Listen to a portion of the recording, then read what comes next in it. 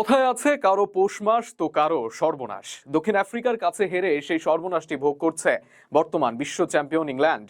অন্যদিকে সেই দুঃসংবাদে বাংলাদেশের আশা বাড়ছে আরো কিছুটা সময়, কেননা ইংলিশদের এই হারের পর এখনো বিশ্বকাপের সেমিফাইনালের স্বপ্ন দেখতে পারে টিম টাইগার্স। তবে টানা ৩ ম্যাচ হারের পর ঠিক কিভাবে সেই সুযোগ পাবে সাকিব বাহিনী, তার বিস্তারিত থাকছে প্রতিবেদনে। সময়টা মোটেও ভালো যাচ্ছে না সাকিব বাহিনীর। সেমিফাইনালের স্বপ্ন নিয়ে ভারতে এসে শুরুটা ভালোই করেছিল লাল সবুজের প্রতিনিধিরা, তবে দুর্দান্ত শুরুর পর যেন খেয়ে হারিয়েছে টাইগাররা। প্রথম 4 ম্যাচে মাত্র একটি ম্যাচ জয়ই এখন সম্বল বাংলাদেশের।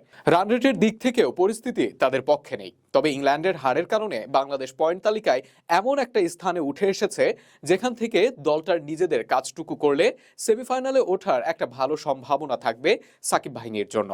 অবশ্য সেই লক্ষ্যে বিশেষ কিছু জয় প্রয়োজন লাল সবুজের প্রতিনিধিদের।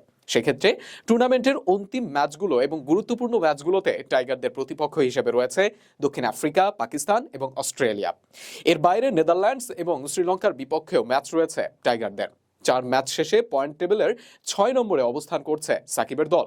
আর এই অবস্থান থেকে বাংলাদেশের সেমিফাইনালের আশা এখনো শেষ হয়নি, এইটুকু স্পষ্ট। সেক্ষেত্রে শেষ 4-এর স্বপ্ন বাঁচিয়ে রাখতে পরের 5 ম্যাচ থেকে অন্তত 3টি ম্যাচ জয় পেতে হবে টাইগারদের। বিশ্বকাপে আর 3 ম্যাচ জিতলে সেমিফাইনাল নিশ্চিত না হলেও অন্তত রেসে টিকে থাকবে টাইগাররা। সেক্ষেত্রে অন্যান্য দলকে যদি কিন্তু বেড়াজালে আটকে থাকতে হবে। অন্যদিকে পরের 5 ম্যাচে 4টি জিতলে অনেকটাই নির্ভর থাকতে পারে সাকিবের দল। সেক্ষেত্রে উজ্জ্বল হবে শেষ 4-এ থাকার সম্ভাবনা।